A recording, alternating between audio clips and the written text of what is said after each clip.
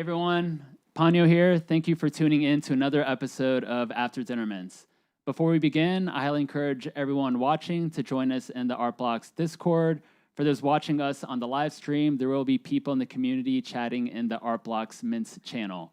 A link to our Discord can be found in the description of this video. Make sure you like, comment, and subscribe to our YouTube channel so you don't miss an episode of our weekly show. And now I want to introduce our guests for this afternoon. We have generative artist Rafael Rozendaal. Hello, everyone. Thank you for being here. Thank you for having me. Yeah. How are you doing, Rafael? Thanks so much for being here on After Dinner Mints. Yeah. I'm doing good. How are you? I'm doing great. Well, we got a lot to cover, so let's go ahead and get started. Can you just kick things off by telling us a little bit about your background? Sure. Yeah. I'm Rafael, and I'm from the Netherlands. My mom is from Brazil, so I've always been sort of traveling, living in different parts of the world, and I think it was an important part of why I was attracted to the internet. So went to art school and studied video and animation, and those was doing moving image, but like late 90s, the internet came along, and I like this idea that I could make work and share it with the world, and that's sort of I dedicated my life to that. So I moved around, and then I lived in LA, and then in Berlin and Paris and Tokyo, and sort of the digital nomad thing. And I ended up in New York, but I think that sort of mentality of the ephemeral and accepting the screen as a primary medium and not as a place of documentation. That was always my mindset. That's great. And out of those, it sounds like you're well traveled. You've obviously lived in multiple places all around the world. You know, out of those different countries and cities, like, did you have a favorite, like that you were able to, pick up the most inspiration for your projects?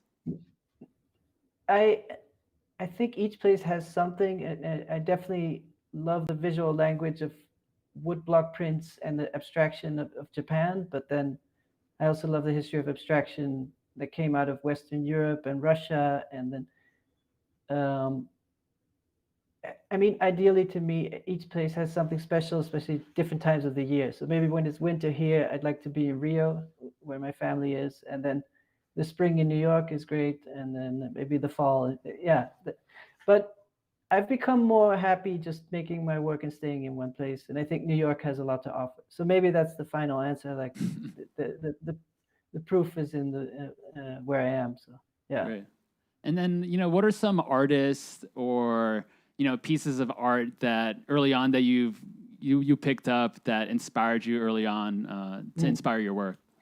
Yeah. So both my parents are artists, so I was going to museums. I think even before I could walk, and I was always attracted to strong colors and this sort of clarity. So I don't think it might not have been one particular artist, but I think people like Matisse or Van Gogh or Mondrian or Ellsworth Kelly. And I think anytime I'm very interested in focus and clarity, and so um, that's something I've always been attracted to is like the opposite of chaos. Great. And yeah, we'll Yeah. definitely talk a little bit about color later on because I think it's such a big piece of all your projects, something that really stands out and that I really find to be like one of the greatest and most beautiful parts about your projects. I'm curious to know, what was your introduction to getting into the NFT and crypto space? Well, I'll show a little bit. Should I show that now or Yeah, you can share share my some. screen? Yeah. So the way things started for me is a little bit before crypto. So I was making work in domain names, and this is a work from 2002. And basically, I don't know if you would call this generative art, but it's programmed, it's scripted, and there's a randomness. And it's kind of a tribute to Andy Warhol, and it's also a play on perspective. And there's all kinds of things in it. But basically, I was playing with the web as a medium. I think the late 90s, a lot of people were experimenting with the web, and um, people were experimenting, but I think they only saw it as experiments. And then I made the decision I'm going to put each work in a domain name. So that's a little bit before NFT, or like 2 decades before NFT. But I thought a domain name is a unique object. It cannot be forged. The ownership can be proven. You can transfer it from one owner to the other. So I like this idea that the digital artwork, the image or the code-based work is infinitely distributed, but the ownership is tied to this domain name. And I'm saying all this because when blockchain came along, I heard about it maybe 2014, and I was friends with Kevin McCoy, who made the first NFT. But I was very skeptical because I'd always loved domain names, and I thought domain names are so easy to use. They're easy to share. You have this full screen viewing experience. You can email it to someone. There's like, and you can send it to your grandma. You can send it to anybody, and they'll see the work. And I think blockchain is beautiful, but it's not the most user-friendly space. And so that's why I resisted for a long time. But it just started getting more and more momentum. And at some point I dove in and it just exploded. And I was surprised. And I think um, I had sort of figured out this idea of work being out in the open and accessible to anyone. And I'd figured out sort of the ownership thing, but the selling was still not digital. And I think this idea that things transfer on the network itself, that there's no gallery in the middle, that was the missing piece of the puzzle. And so that's why I hesitated for a while, but it worked out great. And I'm very excited about it. Excellent. Yeah. And I'm curious to know, like, how did you learn about art blocks, and what was it about art blocks that maybe you realized there's something special about the platform. That's why you kind of decided to launch some projects on the. I'm just going to put a work here in the background, but it was actually a collector who reached out to me. So I was making works on Foundation, video-based works, and all my works start with code. So they're all made in JavaScript, and then I made videos of those. And then he reached out to me and said, "Do you make generative art?" And I didn't understand the question because to me, I was like, "What do you mean all my works are generative? Like everything, the dollars you just saw." But I didn't know that generative means tokens and iterations of one work. I just thought like using code and using randomness. So the work I'm sharing now on the screen, it's this landscape that you sort of fly over. The work never repeats itself. There's a set of maybe 18 shapes, but they're used in different colors, and then they're used in different moments. So the combinations are unique. Mm-hmm. But I always made unique work. So everything happens just in one domain name, one work. And I didn't think of iterations. Um, it was just nothing that came up. And then I saw art blocks and I was like, oh, that is a very interesting question. Like I thought art blocks basically is an interesting question. And you can ask the same question to 1,000 artists and they'll come up with something completely different. So it's a very, as far as questions goes, it's a very epic one. It's a very, because I think, at least as far as I know, the way I was trained was always to make a work finished like a single entity, and then to think of an expansive work that is owned by a group. And I find it quite beautiful. So I saw it, but and the first project that I did on Artbox was Endless Nameless, and I can pull it up here. It was a work, so all my works before, I just have folders with unfinished works. And this was one of those works where I just wasn't sure what to do with it, because I'm always searching for the final unique form of the work, and I couldn't find it with this piece. So I was like, these are all interesting. I don't want to choose which one. So in that sense, I just had this work that was maybe on my hard drive for 5 years that I didn't know what to do with. And then art blocks happened, and I'm like, oh, that's perfect. So Yeah. it just clicked. Yeah. That's great. And then can you share some of your, early generative art pieces that you created? Well, what do you mean with generative? You mean, because I've only made generative work on art blocks. So Yeah, those or are just different. Yeah. any early art pieces that you actually created. Okay, yeah, because I can go a little bit through my history of Yeah.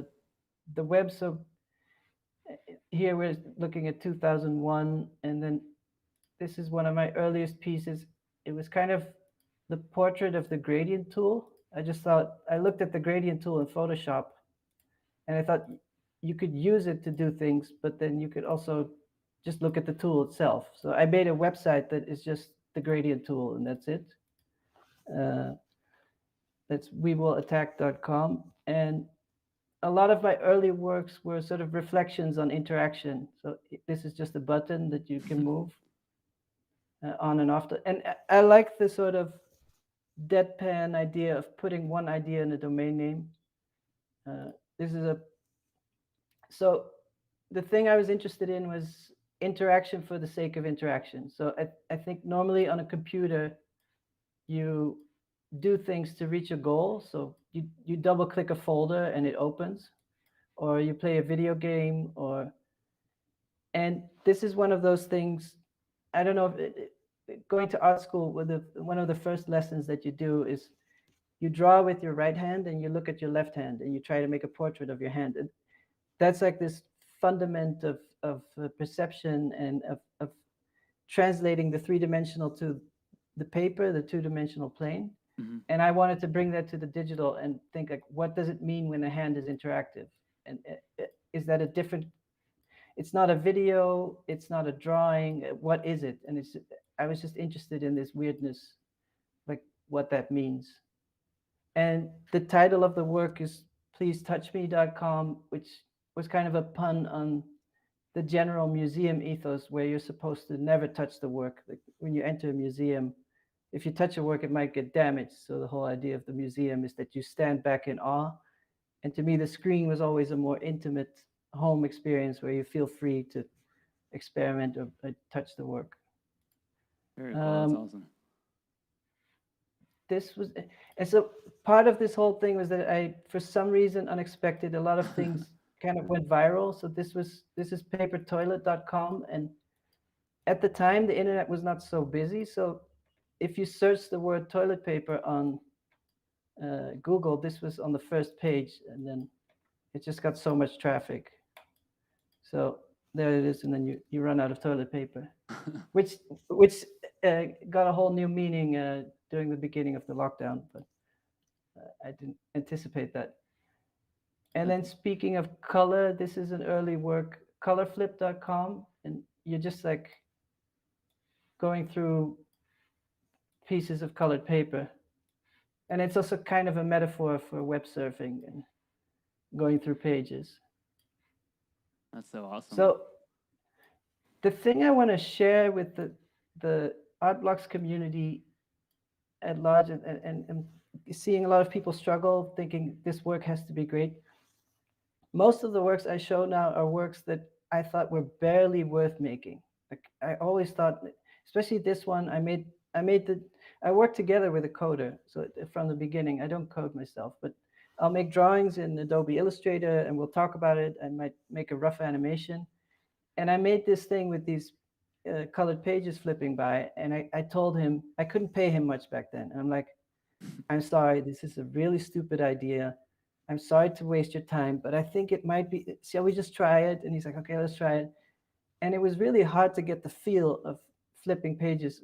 Sometimes they felt like leather, sometimes they felt too heavy. And we spent so much time working on it. And then it ended up being a very popular piece and it sold and I was excited. But I really believe in making things you're not sure of. There's very often those turn out to be the most valuable. And I think there's something about intuition and letting go of being sure that it's very powerful. And Absolutely. yeah, that's what I loved about the internet, that you can just, if you go through, not everything's amazing, but you just keep going. And so as time went on, the works became more abstract. So this is a work where you divide the screen and you start creating a composition. So you could see in here already sort of going towards generative art, but in an interactive sense. So the website is a unique work, but you can create an infinite amount of compositions, whatever you feel like. And what's the website where everyone can see that full list of all the Oh, different pages? newrafael.com. So Okay. it's my name. This is an example of a landscape, a very abstracted landscape. So everything's code based, and that was a big part of the early internet. Like all these files are under 100 kilobytes. Like most of them are much smaller, and that's one of those things that when we went from Web 1 to Web 2, everyone switched to video, and the internet became more like TV, and so those file sizes didn't really matter anymore, but I kept that ethos of small file sizes. And then the blockchain came along, and all of a sudden it's like, hey, this is great. This is what I'm comfortable with. Uh, and I've always liked scalability. So maybe I can switch and show some exhibitions. Because to me, conceptually, the idea is that a website is something that exists everywhere. It can exist on your Apple Watch or on a TV or on a billboard on the size of a city. Mm-hmm. And therefore, I always made these works that are responsive, that can fill any space. So all those websites that you saw, you could view in portrait mode or in any aspect ratio. And that's, to me, was always an interesting problem when you think of composition. Like an artist normally any artist will choose a surface. So you make a painting or a sculpture and you'll decide on the size. But in the digital space, you have this liquid canvas that can be any size and any ratio. And I thought that's an interesting problem. A good example of that is this installation here. So I'll first show the website. Is that shattered glass or like glass on Yeah. the bottom? Yeah, exactly. So this is the website. And so if I move my cursor, basically the script keeps generating compositions. This is also a little bit of like an art blocks piece, but it's from 2013. So, it's a generative script, but I made it as a unique work. And so if you leave this on, it will just keep generating compositions. And, you set parameters for the sizes and the colors. And then in the installation here, what we did is I flipped the black background to the white background to black, but there's 7 projectors that are projecting the work, and because of the nature of the composition, they kind of blend together as one surface. And then, on the floor is broken glass. I've been working with mirrors in all kinds of forms to expand the space of the exhibition, because to me, the internet, when you're at home, you completely disappear in your monitor, you forget where you are. But when you go to an exhibition space, to get that same feeling of immersion, I think you need to really take over the whole space. I think that's what I mean with this idea of the internet being liquid. I just think it's such an opportunity. Here's another example where in this case, the mirrors are on the floor and I project onto the surface, and then the reflections are what you see on the wall. Okay, yeah. Yeah. That's beautiful. So, yeah. This is a completely different work, but these are all mirrors in the sizes of screens. So you go from the iPhone to the tablet to the laptop to the flat screen. And then here in the background is one of those installations with the projection and broken mirrors on the floor. That's awesome. Yeah, the work is called Popular Screen Sizes. And here's an example of showing my work at an architectural scale in Korea the first time. So this is all little LED lights on the building. And it's just, I really feel like the transition from physical works to digital art is similar to when we went from the opera to recorded music. And recorded music then created its own venues. Like you would have stadium tours or festivals, things that where classical music was traditionally in a specific building. And I think we're going to see the same with digital art. We're going to see expanded exhibitions, not necessarily in museums or all over, all kinds of places. Definitely, yeah. Yeah, I definitely want to talk a little bit more about exhibitions a little bit later on. And Yeah. I would love to talk about Endless Nameless, which was part of the curated collection Series 4 and released back in July of 2021. So I know Endless Nameless is an exploration of composition that starts with the square. What was the inspiration behind this project? So I think a lot of my work from the last, let's say, 8 years has been sort of exploring rules. So I make a composition and I think what happens when you use diagonal lines, what happens when you use straight lines, and a lot of it is about energy. So I'm exploring. I see color as a the best way to show different energies. So I see them as either opposing or moving next to each other or hitting each other. Um, the way I see color and art really is what I'm hoping is the same way we enjoy nature, that you might enjoy walking through a forest or seeing a mountain. And for me, that experience of just seeing a tree or seeing a view and taking it in and not really thinking what it means, uh, I see the screen the same way. So I don't want to add meaning to the screen, but I just want to accept the screen for what it is, and then researching what's possible and in a very fundamental way. So, Mhm. and then in the case of Endless Nameless, let's pull it up. Um, the rules here are basically it's really cutting the screen in half and half and half. So you add one line, and in each area you decide that the colors move horizontally or vertically. It's really quite a simple set of rules, and then I don't know what to say about it. It's so simple, but is there a question that comes to mind specifically? I guess I'm curious. I mean, first question I had is, how do you go about finding the perfect speed for this animation? Because I'm sure, Oh yeah, you know, that's got to be obviously a big factor because that's obviously one of the yeah, first yeah, things you see. yeah. That's a good question, and I think coming up with the speed is something that comes through the years, because I think at first my work was quite fast, and as time went on, it slowed down, and that also came a lot from exhibiting and seeing the work in exhibition spaces. So often I had to slow down works in an exhibition space because they were so large, and then I would take that same script and look at it at home again, and I'm like, oh, it's actually better that it's slow. Um, so that is trial and error, and it's this very intuitive process, but it definitely became slower over the years. I think in the beginning I was maybe trying to entertain with my websites and make things that are sort of meme like and funny and have a pun, and over Mhm. the years it just reduced and reduced. Great.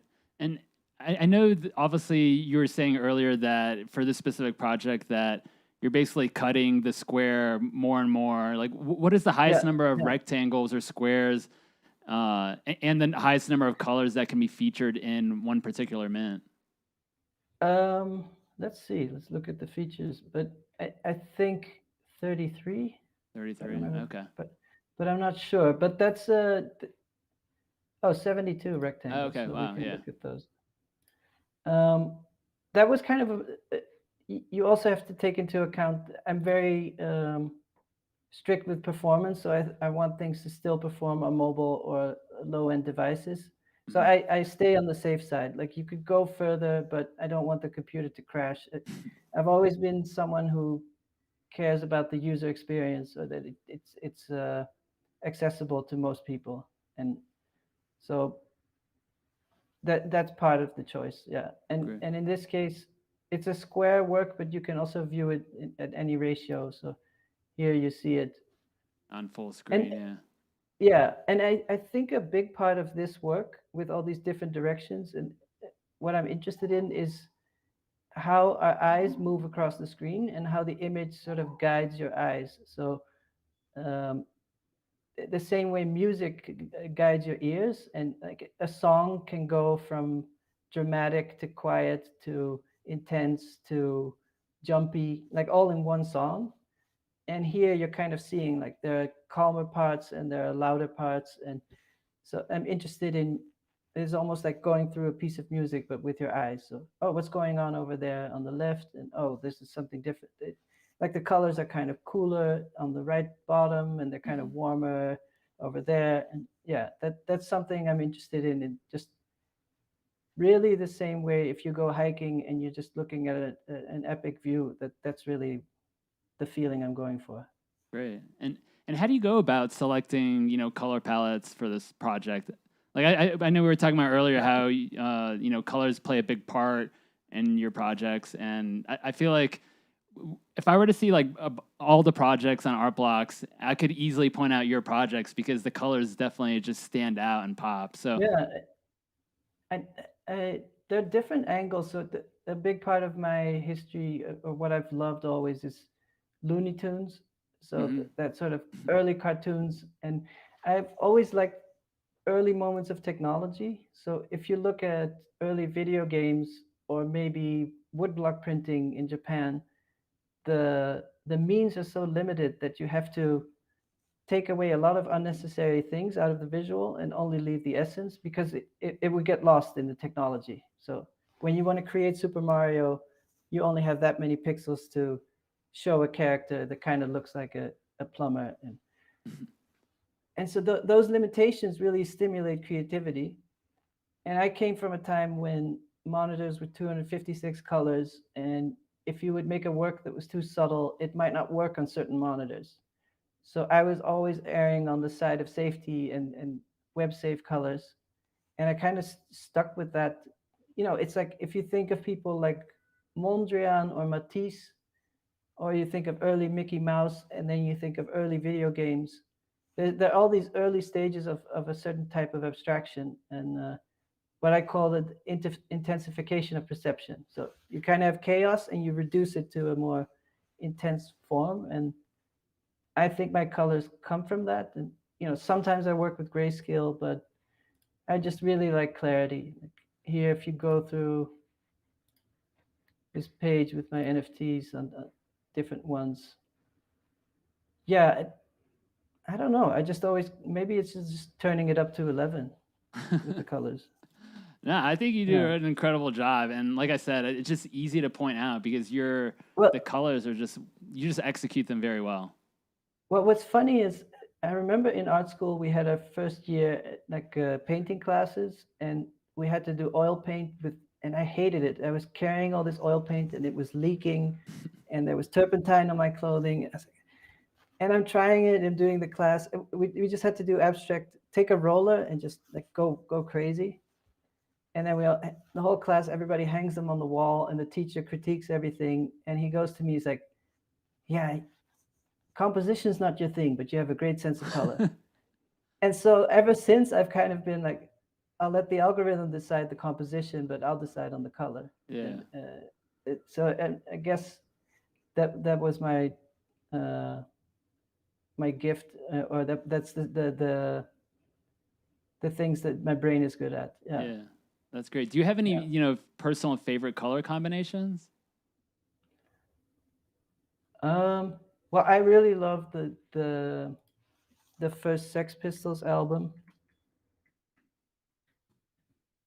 That record cover, as far as color goes, Oh, with the yellow. it, it just says so Yeah. much to me. Like I think it's this graphic representation of youth and Mhm. rebellion, and yeah. So that to me is always. Uh, there's so many starting points for color. Like you could look at high culture or experimental cinema, or so it comes from everywhere. You could look at flowers. I'm from the Netherlands. It's a big flower production country, so Mhm. maybe it's from there. My dad is an abstract geometric painter, so there's part of it there. And but maybe it's somewhere between the practical and the preference. That it is. It, every so many years, technologies develop where that sort of digital economy, where you small file sizes, bright colors, like when digital billboards started happening. Um, that palette just really works. Like here, this is my work on Times Square. They have this thing called Midnight Moment, and then just having these large color fields in primary colors or secondary colors, you see that the color just washes on the floor Mhm. and on the Yeah. cars and on the people, and you don't get that when an image is very dense with many colors. So this sort of dominant colors, all of a sudden it might work on your smartwatch, or it might work on the size of a billboard, but it just always works. maybe that's what attracts me, that you make these works that survive any context. And here you see, this was a show in the UK last year, and this is quite a large room. It's 5 meters tall, so I think that's 15 feet. Oh wow. And so you see that if you use that's one thing I learned from doing exhibitions, that they have this expression, less is beautiful, and that really if you show almost nothing, here you see I'm in the frame for scale, but this is an animation of just a gradient that's rotating, which on the web you might think that's not really a full work, that's kind of boring. And then in the space, it just takes over the space and it says so much. Yeah, especially Yeah. because those colors just fill up the entire room. It's not Yeah, just, yeah, yeah. on the screen, it's filling up the walls and I mean, the Yeah, yeah, ceiling and yeah. the ground. I think that's you're just like engulfed And in that color. yeah, this is an example of a work of mine that there was a bidding war on foundation, and this work went really high and it kind of like completely by surprise. But I was talking to foundation, I was sort of talking to them which work I should do, and I was like, I'll release this one. I think it won't go for that much, but I want one that's affordable because the other ones were too expensive. I said, oh, this is for the fans. It's kind of like not really a finished work, but I'll just put it there. And then it Mhm. was my highest grossing work. So that's another example, and it just worked really well in the space as well. So don't trust your own judgment always. Just release as much as you can, and then this Yeah. is a piece from Endless Nameless. So that's one of the art blocks pieces in the space. Wow. So Yeah. That color just really shines. I mean, it just yeah, yeah, and especially like when you have those little the seating over there, it like bounces off yeah, all those corners and yeah. sides as well. So I think that adds like Those were some custom li- made for the show. So that great. was the idea of the exhibition designer. So they're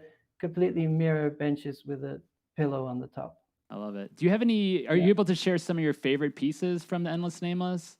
Ones that maybe stood sure. out, or ones that surprised you. Yeah, I mean, it might be a boring answer, but I don't have a favorite. Okay, But no I problem. can go through a few just to sort of give a little tour guide. Yeah.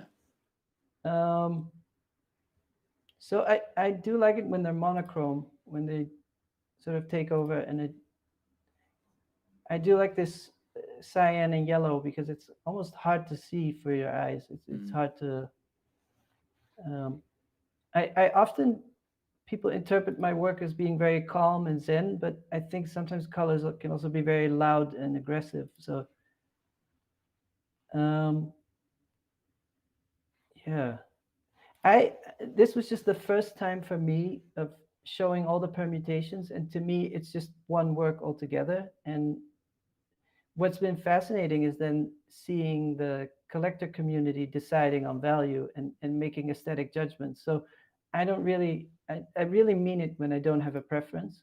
hmm But seeing the community deciding which ones are more valuable, I felt like a lot of people started to lean to the more minimal ones. So here there's no compositional, there are no different areas. It's just one area filled with one color combo. Um, and one of the things that's interesting in the exhibition setting, the exhibition you just saw, we were building the show. There's 12 projectors projecting on all the walls, and then we just put a desk in the middle, and I spent maybe 2 3 days adjusting code of pieces and selecting pieces, and it's almost like uh, you have the holodeck as a monitor, and you just keep putting up works. And so I wouldn't say one work is better than the other. It's just for each context, a different work might feel. So let's say you have a billboard on Times Square and you try a few and one turns out to work the best. So it's hard to say. Yeah. Yeah, that one's a lot more. There's just a lot going on, a lot more Yeah. complex. But I think Yeah. that's the beauty about art, though. Is, sometimes you Yeah. want something a little bit more minimalistic, where it's a little bit more calming, and then you have something more complex, maybe where Yeah. it I don't know evokes some kind of emotion in you. Yeah. And one of the things I like about this series is it kind of reminds me of CPUs. So you could see this as a representation of a CPU hmm in a strange way. Um, shall I show another? Yeah, if you want to show one more, and I'd love to jump into dive and non either. Yeah. Oh, this is a nice one. So with dive, I was interested in the grid as a starting point. So, and the grid in its most simple form. So, in endless nameless, you divide the screen at random places, but here you're dividing the squares into more squares. So that was even kind of a challenge with the art blocks model because if you go full screen on this one, it's not just 4 by 4. Oh, So wow. it will take the size closest to a square and start because the viewport might not be a multiple of squares. So you can see the units here are a little bit taller than wide, but they're still kind of squares. Um, and so if you go through it, there are many ways to divide the squares. So basically you start with a grid size. You can see the grid size is here, what we call granularity. So if you want only the bigger ones, then these are the bigger ones. But I'm going to set it to the more complicated ones to explain. And then I made all kinds of patterns. So here you can see sort of lines, and here you can really see a clear division. So there are different areas. And then here you see stripes. Here you see concentric squares. Here you see sort of, what would you call this? Like a checkered checkered pattern. checkerboard? Yeah, Yeah. exactly.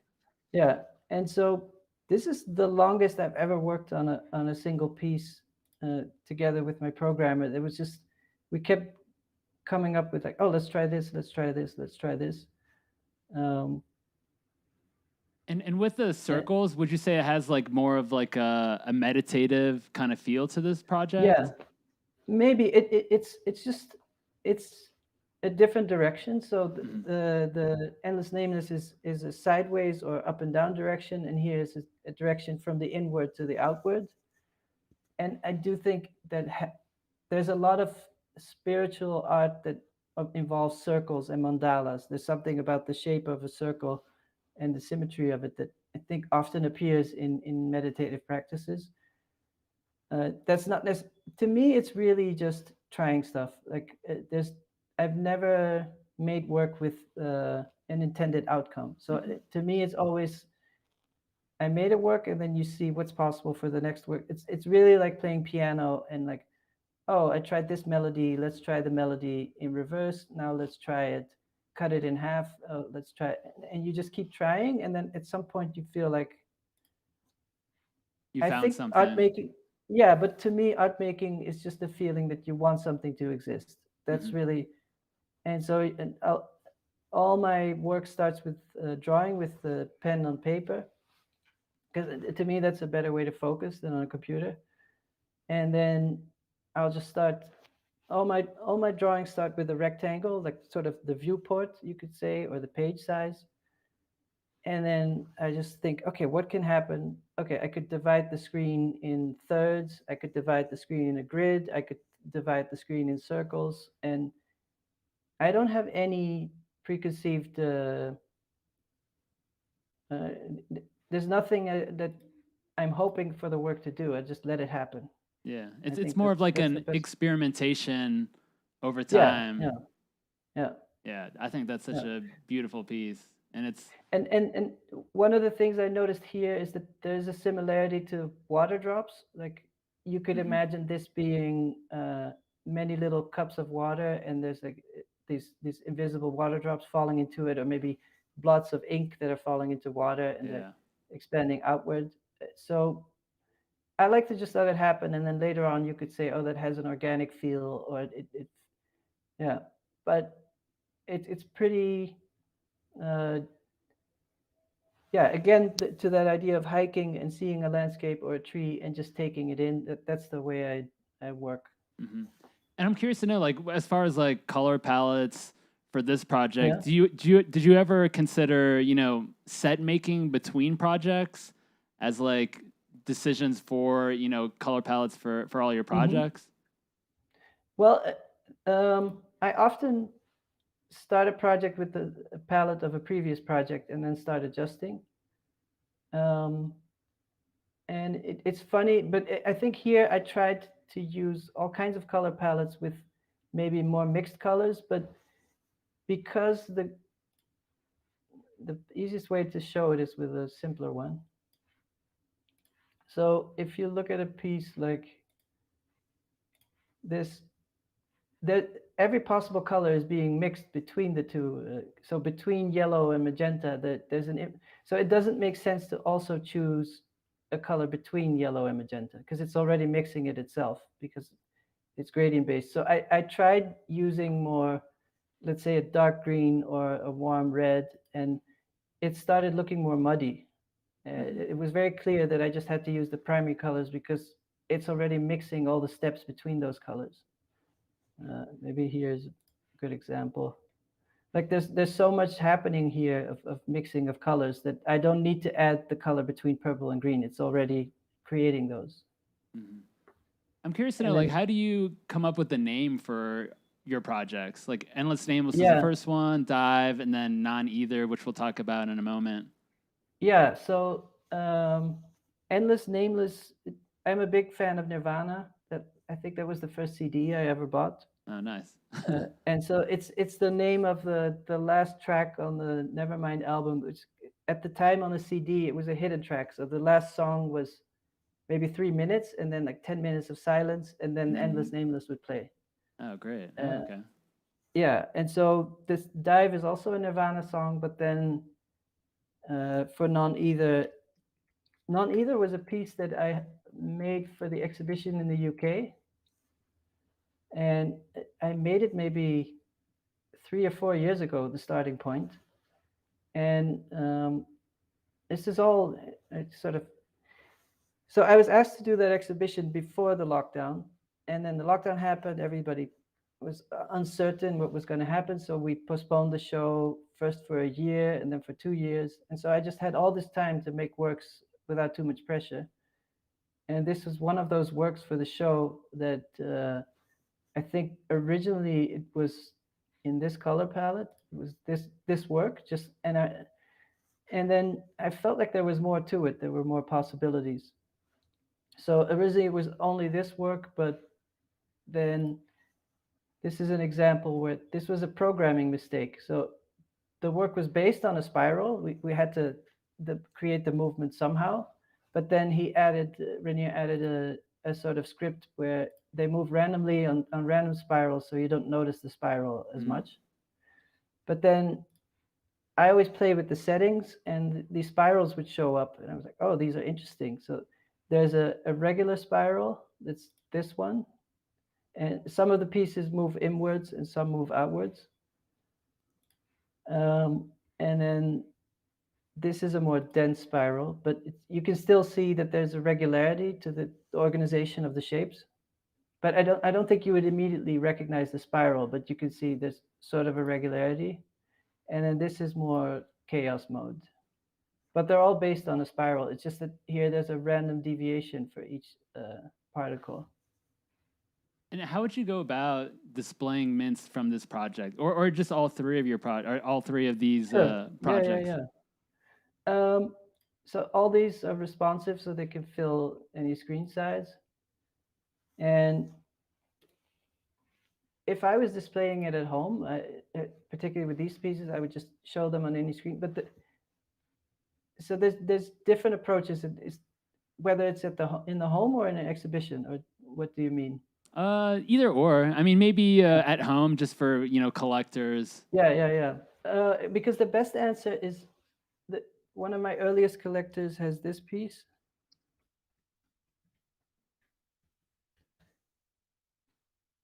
And it's these two kissing faces that became one of my most recognizable pieces, and that's the one I chose on Times Square.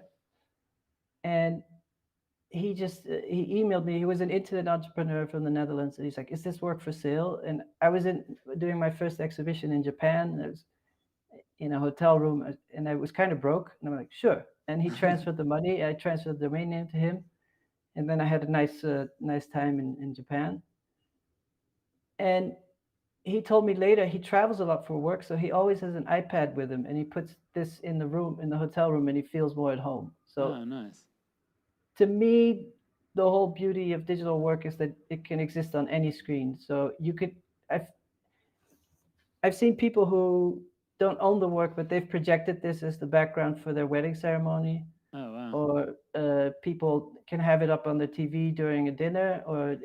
I like the liquid, always present aspect that it just pops up everywhere and whenever you want to see it. So that to me, but I'm not someone who lives with a lot of screens in the house, as some people do. So because the works are responsive, you could just show it on any size screen. And I could imagine if you're an NFT collector that you have a few screens in the house with a Mac Mini, and that you just change them from time to time, or maybe you build a custom server so you can change all the URLs from your phone and something like that.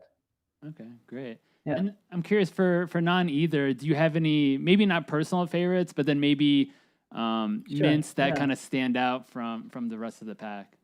Let's see. And I love the mint It, size on this also. It was like just 100 pieces. I think it's and yeah. launched last month. Thought that was fantastic.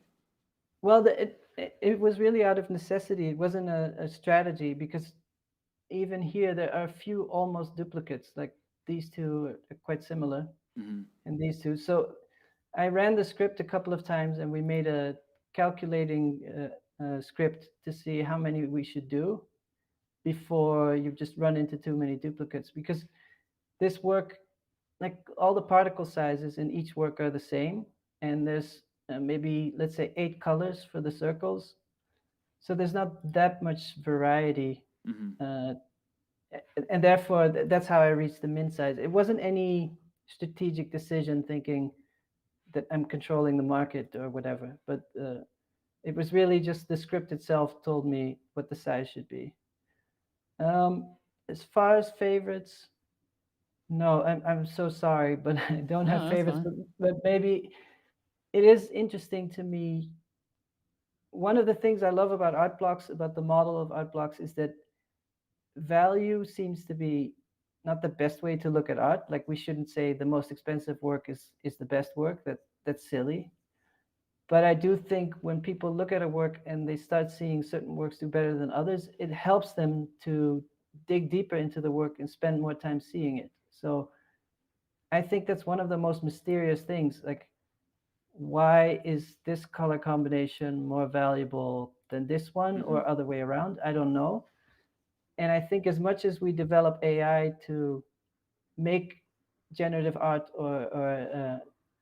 GAN art, it's very easy with AI to expand, to make more choices and make more works. But I think it's the human being and the taste of the human being that can decide on narrowing down and why one work is more important than the other. And seeing that happen in real time, and people talking to each other and exchanging works, that's very fascinating to Hmm. me. Like, I don't think that there has been any moment in art history where an artist makes a body of work and that quickly you see a sort of discussion of aesthetics and value. That to me is very fascinating. Yeah, I completely agree. I want to touch base again on exhibiting digital art in physical space because I Yeah, feel like yeah, just seeing the earlier on you were mentioning all the different exhibits you've done in Rome, Japan. I know you've done stuff in Times Square, yeah. Amsterdam. How do you go about selecting a piece for a physical space? Like, do people Uh, reach out to yeah. you and they're like, "Hey, we have this space right here," and then you kind of figure out a piece, or how do you go about Well, that? well, I could show some examples. Like, this is a space. This is the main museum in Utrecht in the Netherlands, and they built this. So it's a very old building with a collection of physical art, but they show video art on the outside of the building. And what I found interesting is that there's this blend of architecture and digital, that because the screens are behind the windows, right behind them, you have this sort of pleasing combination of the old and the new. And then when it came to selecting here what kind of works, is I just took pictures of the facade and then went into Photoshop and tried all my different works. And then it's really, pretty quickly you get a feel why one work works better than the other. I Hmm. think, um, in the case of in this show, it was also just sitting down with a table in the middle. It was literally a desk in the middle with a laptop connected to the projectors and just going through it. I think that's the most amazing thing, that you can just pull up different. Imagine doing that with a painting show and just hitting a button and changing the color of the room that instantly. Yeah. Um, No, I don't know if that answers your question, but yeah, it's yeah, it's yeah, absolutely. it's one of those things that it's what I was saying, like create a lot and don't worry.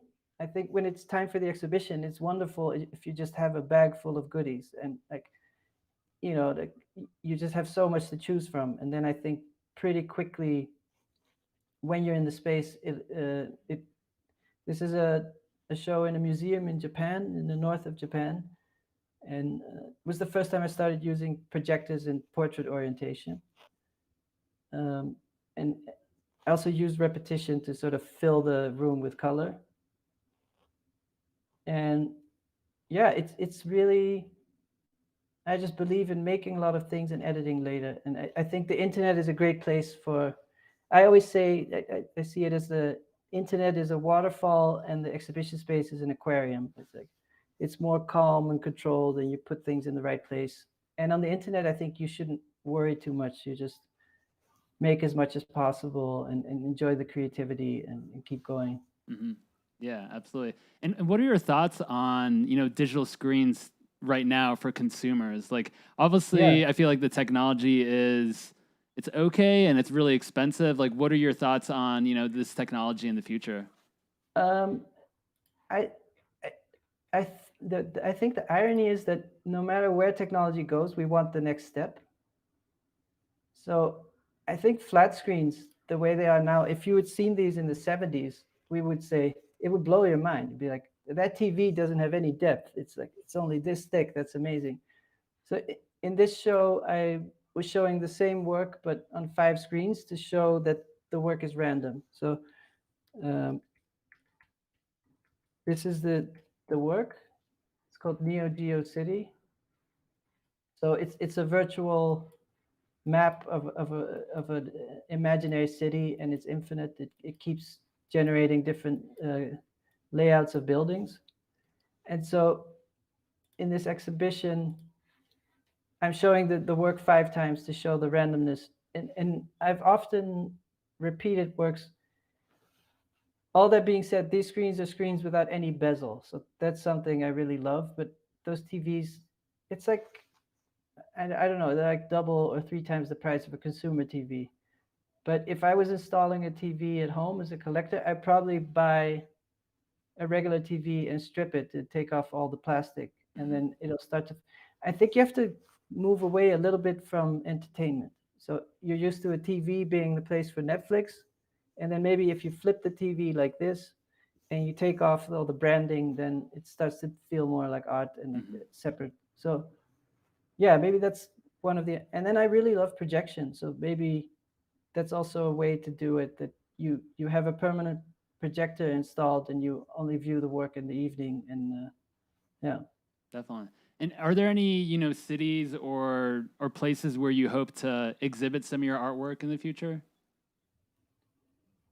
um I, this reminds me, this is not a direct answer to the question, but something that reminds me, because we were talking about the display of digital art, I just Hmm. wanted to show you.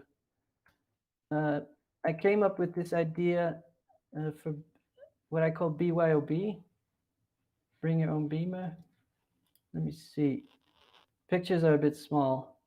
But so I started this idea that I knew a lot of digital artists, and then I invited everyone to bring a projector to a one evening exhibition. So the idea was ask everybody to bring their projector. And here you see a picture of the first one. It's a bit blurry, but you see here, and that to me was the best way to see digital art. That everybody brought a laptop and a projector, and people just started filling the room with moving images, and it was very organic. It's like, hey, what are you showing? And then they Hmm. move the projector 30 degrees that way. Oh, it looks better next to that work. Let's move it there. Let's move it there. And so the first one happened in 2010. And ever since, I open sourced the idea. So there's been maybe 400 to 500 events, BYOBs around the world, Oh, and wow. really in every place in the world. So it started in Berlin and then New York, but also in Cuba and also in South Africa and also in really every part of the world, from Korea to Australia, everywhere. And that sort of DIY aspect of community and coming together in real space. That, if you ask me, what's the most exciting way to show digital art? It's that one. So, Yeah. and that could even be collectors getting together and showing their work. But I think there's something very fun about the work basically being weightless, like you can carry it with you, and then just getting together and creating a one night exhibition. Yeah. Yeah, I think that's great because it just happens kind of organically and makes it, it's like yeah, like everyone's involved, so everyone just kind of feels like they're a part of, that specific exhibit, which is really cool. it's very decentralized in that sense. Let me see if I can find bigger pictures. Yeah, here it is. So here you see the crowd. Like the cool thing about it, it's very similar to Discord and decentralized idea.